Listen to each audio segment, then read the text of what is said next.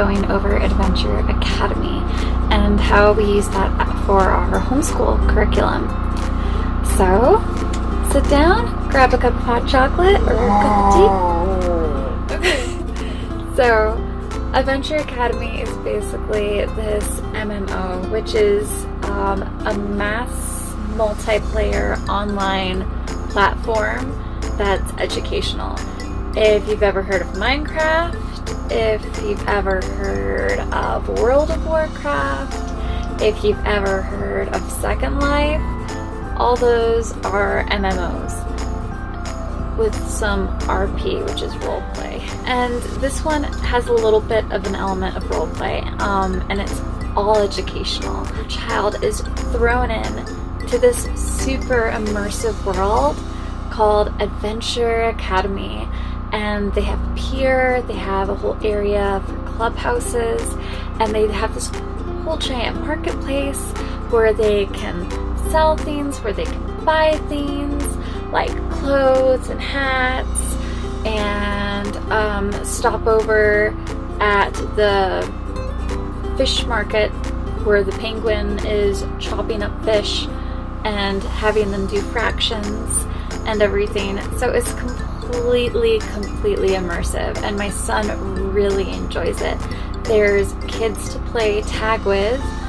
All the kids are on there, and you can choose the safety setting that you want, whether it's no chatting at all, but they're still able to make friends, to have on their friends list, but no talking, or whether you want pre-programmed messages that they can say back and forth, like click a selection of pre-written safe options for them to say, or whether you have free typing with some filters on it to make sure that they stay safe.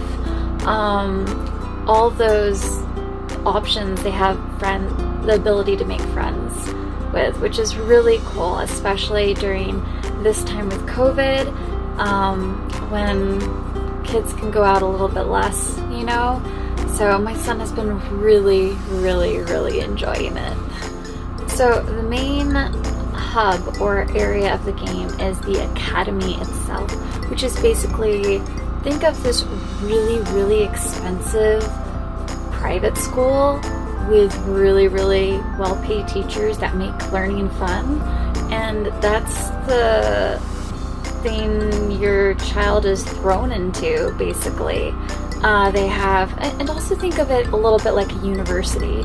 It's like that kind of independence the child gets, which being able to pick the classes they go to and what they learn and everything, and that's the kind of freedom they get. And they have a school store within the academy that they can go to buy school spirit shirts and backpacks and hats and stuff to show their school spirit. And it's really cool and immersive. They have a math wing, a math class that is jam-packed with all sorts of activities they can go to. In the hallway and in each classroom there's basically a kiosk that they can click and get a whole list of all the different subjects and lessons that they can choose from. And within each class there are more options to choose from. So for the math class, for example, they have this, the structure that sort of looks like a beehive that really makes it look, man, I want to go there, sort of enticement. And they go up the ramp, and then they have this little game hub right behind that whole beehive structure that they can click on. And I forget what the lesson's on, multiplication or division or something, but it's really interesting. There's special learning opportunities in each classroom, and special learning opportunities around the whole little campus or world. I would say it's sort of like a mini town, because there's like a whole marketplace, there's a pier, there's a neighborhood where your kid, once they get to a certain level, can have a home to decorate. Yeah, so I'll call it like a town, but we can just call it for a world for now, for the den space. So there's learning opportunities no matter where you go, learning opportunities everywhere. So the child is basically in charge of what they learn, how they learn, and when they learn.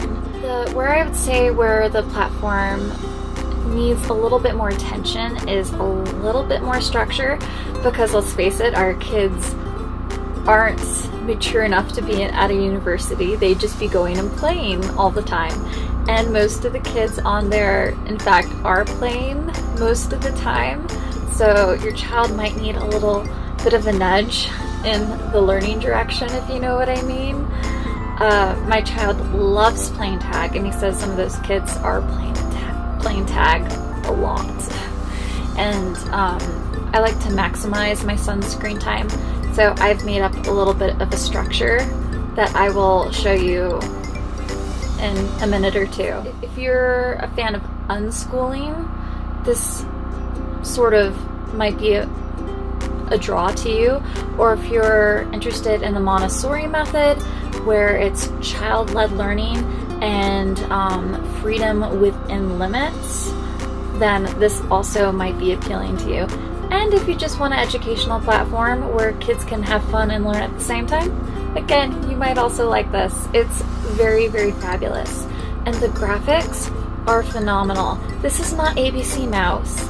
This is, which actually is the creator of this, oddly enough. But the graphics are incredible. I haven't seen a game like this ever. It's a whole immersive world, and the graphics are just beautiful.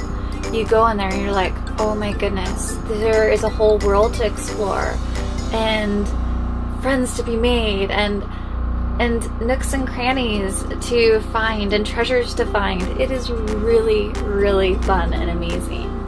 So the creators of this really, really wanted to make sure the kids had thorough educational tools at their fingertips, and they wanted to make it really, really fun, which I think is phenomenal. Especially, I really love the crash courses because they involve humor, and they have so many interesting videos and facts about science, about social studies, about things that I never really knew. And I'm like, oh my goodness, that's so fun. And it's sticking. And my son is like reciting to me all these cool things. It doesn't have an exact schedule of what to go through. It lets the child choose what they are interested in, which is actually good because it makes it stick. It makes the learning stick, because you're like, okay, well, we've done A, we've done B, and now we have to do C. You have to do this, you have to sit down. I'm sorry, I know you want to do the next one, but you can't do that because you have to do the next. You have to go in order. It's not like that. The child can pick and choose what interests them, which is going to increase learning and absorption of what they are learning, which is really, really awesome. So again, if you're into homeschooling, if you're into unschooling, if you're into Montessori and child-directed, child learning, child growth, child-led, then this is awesome. Now, with saying all that, where this curriculum needs a little bit of help is with structure. And that is what I have sort of put together, because I like some amount of structure, and I think that is healthy for the child. So my son, if he could do whatever he wanted, he would play for 2 hours straight, just collecting sticks and stones to sell at the marketplace. So I've basically put this schedule together for him to sort of follow as a basic guideline. I let him play for 15 minutes and just go around, play tag, have fun with friends. Sometimes I'll let that stretch to 20. And as you can see here, there's basically a full schedule that I do, with 2 classes being 15 minutes per class. And once the buzzer rings, I basically let him do a short worksheet, like what I'll show you here. So as you can see here, here's a basic worksheet, and I have one of these for every one of the subjects. I bet you can hear my son talking in the background, my baby boy. But this is for language arts. Basically, I have my son put down what the lesson was and then write a complete sentence. And I have a complete sentence about what he's learned. And I have it for social studies, I have it for language arts, I have it for science, and I have it for math, basically. And you're free to take a screenshot of this and just print it out for your own kids if you want. This is just what I do. And as you can see, this is for the clubhouse time where I have my son read a book, and then I have him either tell what the chapter's about or copy a sentence from the book that he read. And I also have him work on some handwriting as well. And I think that's really important to do every day, reading a book and handwriting. Now, all of this may seem like a lot of handwriting, but let me tell you, my son is not a writer. He hates to write. And if you break it up with 15-minute chunks, your child will, and have recess between every 2 periods, class periods, your child will be far more willing to do this work. And I think it's really critical because you want to have it written down what's been done and have some accountability. So anyway, I hope that was beneficial. I hope you got a feel for what this was all about. With coronavirus, we have the ability to get a little bit more involved and to help our kids, and I think this is a fabulous time to really dig in and to explore and to learn and grow with our kids. So thank you for watching, and I hope this was beneficial and that you got something out of it. And so yeah, until next time, thanks for watching. Bye.